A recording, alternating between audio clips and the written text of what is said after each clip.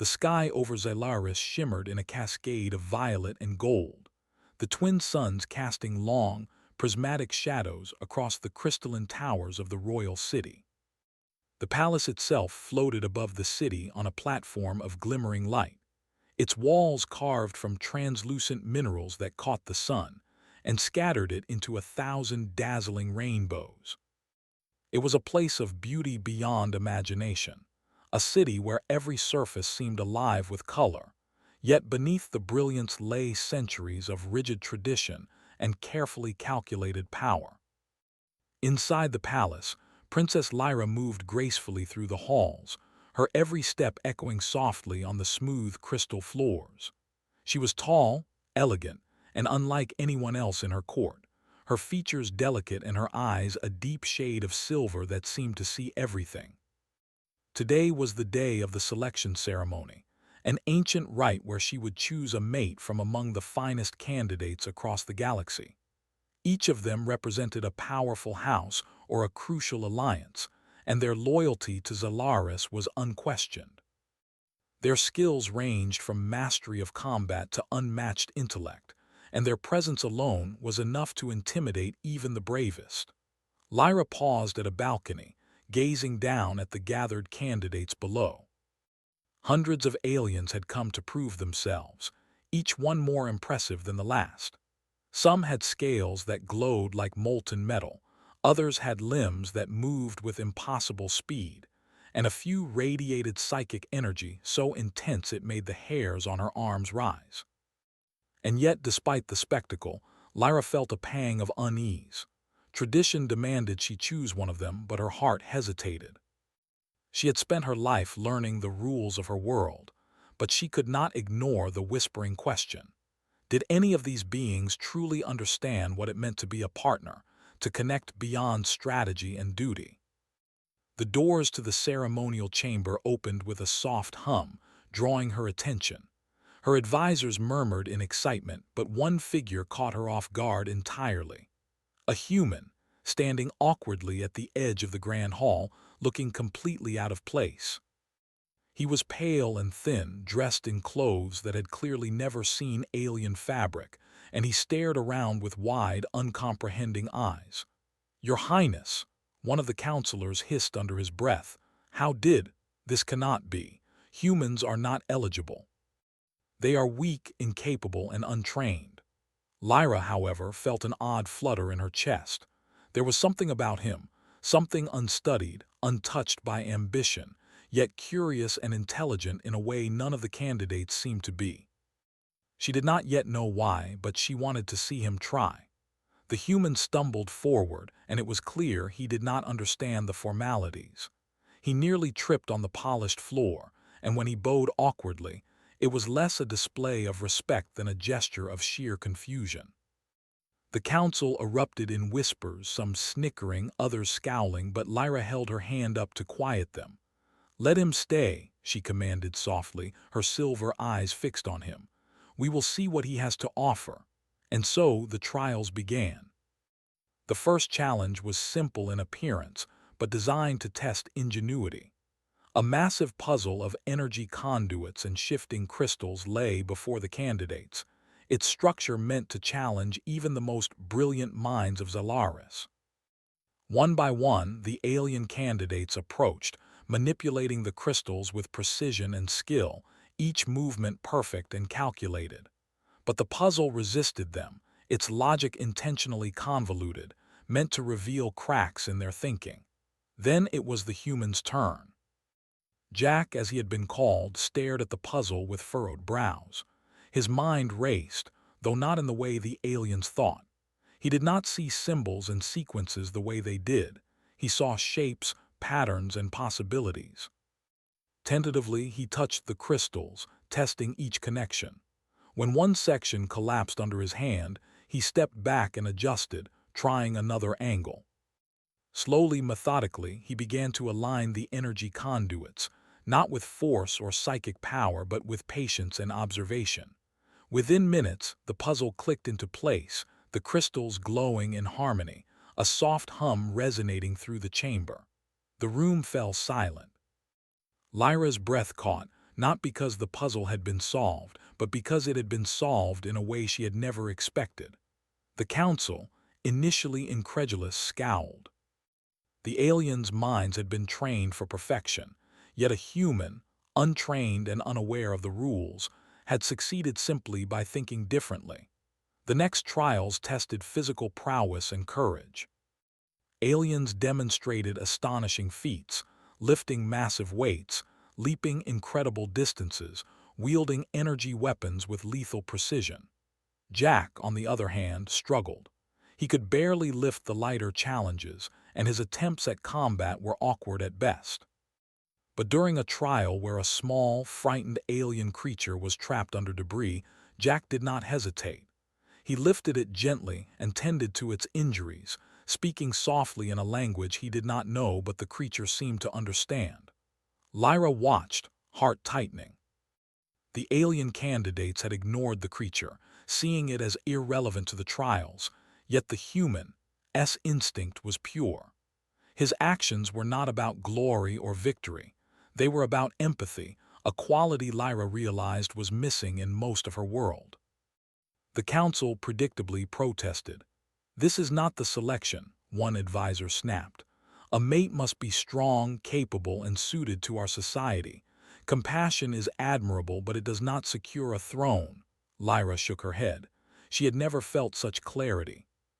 She saw in Jack something the palace had never valued: authenticity, adaptability, and the courage to act with morality when no one was watching. These were qualities that could not be taught, not even among the greatest of Zelaris scholars. The final test approached. Traditionally, it involved a display of power and control over an ancient energy construct, a demonstration that would impress allies and intimidate rivals.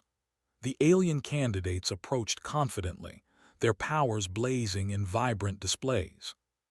Jack, meanwhile, stood uncertainly at the edge, hands shaking. But Lyra stepped beside him, whispering, "Do what comes naturally, trust yourself." He nodded, unsure if he understood, yet something inside him clicked. He focused not on controlling the energy, but on understanding it, feeling its rhythm, its patterns. Slowly, the construct responded, bending to his will, not through force but through observation and gentle guidance. It shimmered, reshaped, and finally pulsed in perfect harmony. The room gasped. Lyra smiled. She had made her decision.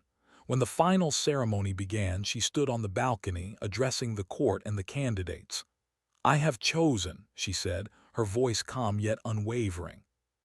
"My mate shall be one who possesses qualities not measured by strength, intellect, or power alone. My mate shall be one who sees the world differently, who acts with kindness and courage when it is neither required nor expected." All eyes turned to Jack. Whispers of disbelief rippled through the chamber. "The human," one counselor muttered, aghast. "This cannot be, it is unprecedented." Lyra stepped forward, extending her hand. "Jack, you are the one I choose." Jack's mouth opened, but no words came. The alien court erupted into chaos, some yelling, some fainting, others staring in stunned silence. He looked at Lyra, then at the hundreds of powerful aliens around him, and finally back to her. Somehow, despite the confusion and fear, he understood.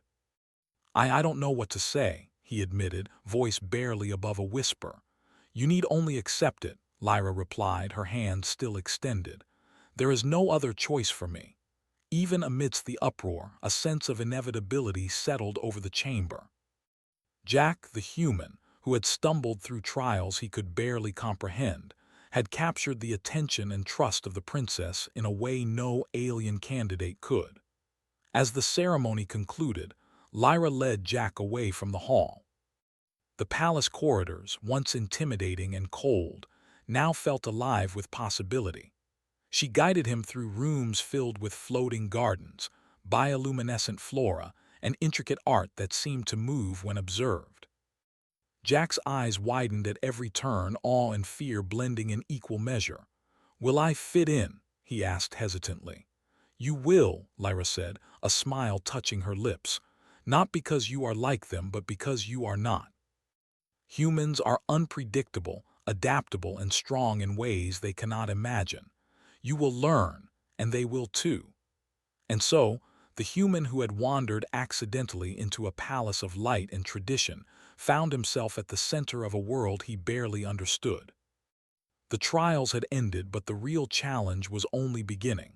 For Jack, every step in Xylaris would be a test, not of strength, not of intellect, but of the quiet, resilient qualities that made him human. The palace, once a symbol of rigid perfection, now held a different promise. The possibility that one innocent human could change the course of alien history simply by being himself. And as Jack followed Lyra through the corridors, a spark of courage ignited within him. He would do his best. He had no choice but to try, and somehow he knew the universe would never be the same again. The days after the selection ceremony were a whirlwind for Jack. He moved through the palace in a constant haze of awe and uncertainty, accompanied by Lyra, who patiently guided him through the labyrinthine halls, gardens that glowed under alien bioluminescence, and chambers filled with technology that seemed alive. Every corner of Xylaris seemed to hum with purpose, yet Jack, despite feeling clumsy and out of place, began to notice patterns others overlooked. Lyra introduced him to the court formally, though some members were still in disbelief over her choice. Many whispered behind closed doors that a human could never be worthy of a princess. Others watched quietly, intrigued by the possibility that someone so ordinary in appearance could achieve the extraordinary. Jack tried his best to be polite, to nod when expected, and to remember the proper etiquette, but he could not hide his frequent mistakes. Despite this, Lyra never scolded him. Instead, she reminded him, "You are not one of them, Jack. That is your strength." Jack learned quickly that alien society valued order, precision, and control. Their politics were intricate, with rules layered over centuries of tradition. Every gesture, every word carried weight, and failure to comply could lead to exile, or worse. Jack felt the pressure keenly, but he also realized that his human perspective gave him something they lacked: flexibility. While aliens followed the same strategies and expected outcomes, he noticed unexpected solutions simply because he did not think like them. One evening, as the twin suns dipped behind the horizon, casting the sky in shades of violet and orange, Lyra and Jack walked along a floating garden overlooking the city. The air was thick with the fragrance of strange flowers, and the bioluminescent petals shimmered faintly in the growing darkness. "Jack," Lyra said softly, "you will face challenges here you cannot yet imagine. Choosing you as my mate has angered many. Some will accept it, some will not. You must be prepared." Jack swallowed hard. I'll try, but I don't even know where to start." Lyra smiled. "Then start by being yourself. You have survived more here than any human should, not by strength, but by instinct and intelligence. That is why you were chosen." Weeks passed, and Jack began to learn more than he ever thought possible. He studied alien languages, customs, and technologies. Lyra watched with pride as he solved diplomatic puzzles, translating human logic into strategies that even seasoned advisors struggled to anticipate. His talent for thinking unconventionally became evident during a council meeting, when a dispute between two alien factions threatened to escalate into violence. Using simple reasoning and questions the council had never considered, Jack identified a solution that preserved honor for both sides, leaving the room in stunned silence. However, not all challenges could be solved with diplomacy. One morning, the palace alarms blared, an ominous tone that resonated throughout the floating towers. Lyra and Jack rushed to the command chamber, where the advisors and guards gathered in tense silence. "Your Highness," an advisor said grimly, "a faction from the outer provinces is attempting a coup. They refuse to accept your selection and seek to seize the throne by force. Their fleet approaches the palace. If they succeed, Xylaris will fall into chaos." Jack's stomach tightened. The humans he knew on Earth had faced wars, but nothing on this scale. The alien faction's fleet was unlike anything he had ever imagined, with ships that shimmered and shifted, weapons that could disintegrate matter instantly, and soldiers trained from birth for combat. Lyra turned to him. "Jack, I need you. I may be a princess, but I cannot fight this alone. You see what others cannot. You can help me save Zelaris." Jack nodded, trying to steady his nerves. "I'll do my best," he said, though the words sounded hollow even to his own ears. The first wave of the attack arrived swiftly. Alien ships pierced the skies above the palace, their weapons discharging beams of energy that cracked the crystal structures. Guards mobilized, and Lyra used her powers to shield sections of the palace, but the attackers' strategy was cunning. They anticipated the standard defensive patterns and exploited weaknesses. Jack studied the movements from the command chamber. His eyes darted over projections and holographic displays, comparing patterns and searching for anomalies. The alien leaders assumed humans were incapable of strategic thought in such situations, but Jack noticed subtle errors. A repeated maneuver, a predictable gap in the defense, a reliance on their opponents' expected reactions. He spoke quickly. "Lyra, they'll attack the North Tower first. The pattern repeats exactly every 4 minutes. If we divert energy to the central shield for the first interval and leave the secondary barrier low, they'll think we're vulnerable, but the next attack will hit the secondary and we can trap their ships." Lyra's eyes widened. "Do you truly understand this?" Jack nodded. I think I do. We need to be unpredictable."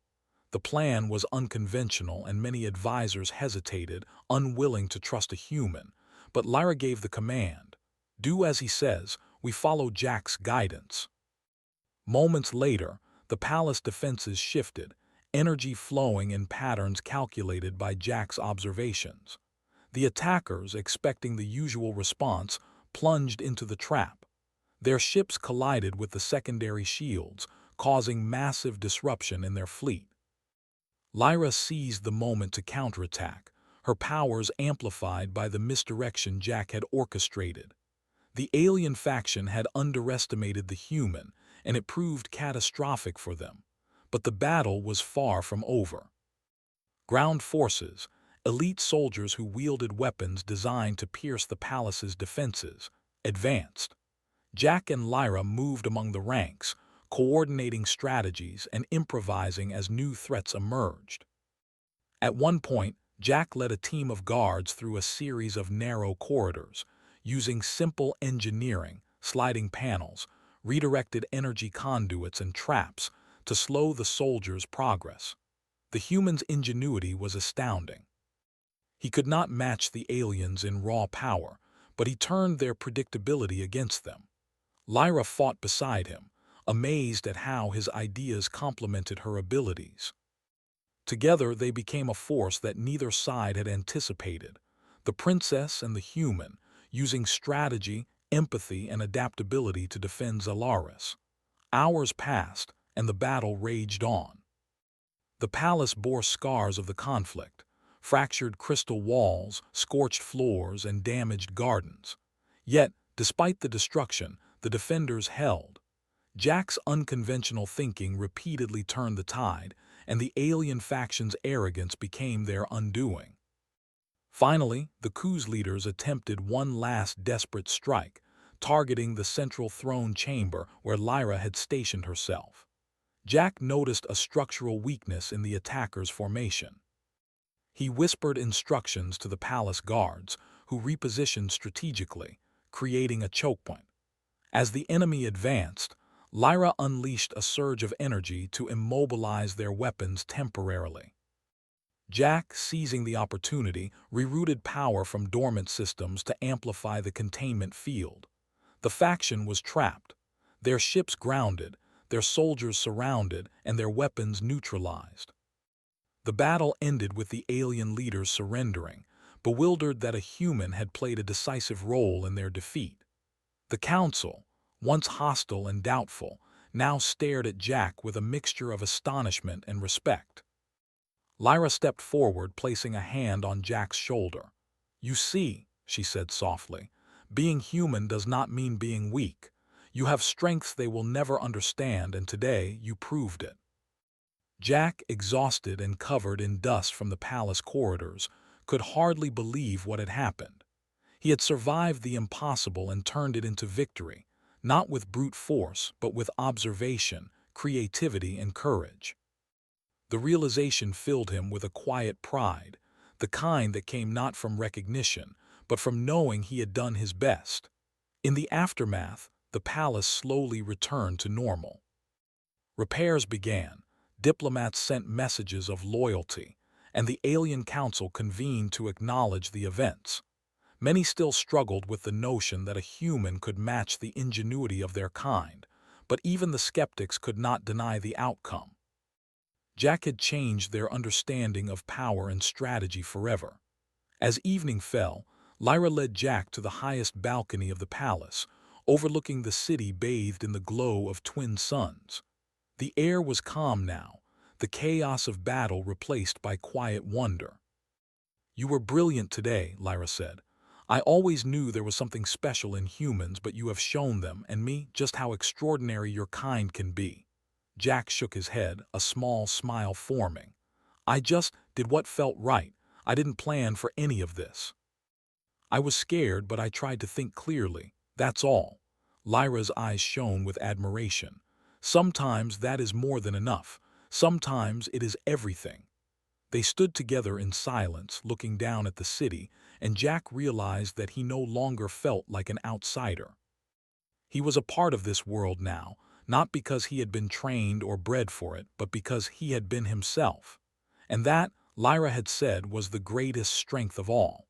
The council, witnessing the humans' heroism, began to reconsider their previous prejudices. Jack's name was no longer spoken with doubt or derision. Instead, it became a symbol of human ingenuity, courage, and adaptability. Allies and citizens alike began to see that humans, though underestimated, possessed qualities that could not be measured by strength alone. Jack and Lyra's partnership became an example of unity and trust across species. Together, they rebuilt the palace, strengthened alliances, and prepared Zalaris for a future where the unpredictable qualities of humanity could shape the galaxy in ways no one had ever imagined. In private moments, Lyra often reminded Jack of the same truth. "You are not like them, and that is why you are perfect for me. Never forget it." Jack smiled, feeling the weight of responsibility and the thrill of possibility. He had been an innocent outsider who stumbled into a palace of light, yet he had become a force capable of changing history. And as the twin suns dipped below the horizon once more, casting the city in a golden glow, he understood something profound. Humanity's power was not in its weapons or technology, but in its ability to adapt, to care, and to rise to challenges no one else could overcome. Zalaris would remember this day. The human who had been chosen by the princess had saved the palace, reshaped the council's thinking, and proven that even the most underestimated species could leave a mark on the stars. And for Jack, it was just the beginning. No longer merely a visitor or a curiosity, he was a partner, a hero, and a reminder to every being on Xylaris that the quiet strength of humanity could change the course of a galaxy. He and Lyra stood together, looking toward the horizon. Somewhere beyond the twin suns lay new worlds, new challenges, and new possibilities. But Jack knew one thing with certainty.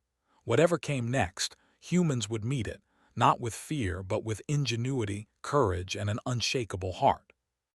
And in that truth, Lyra and the people of Xelaris would discover something unforgettable, that a human could not only survive among the stars but thrive and lead, where no one had dared to expect.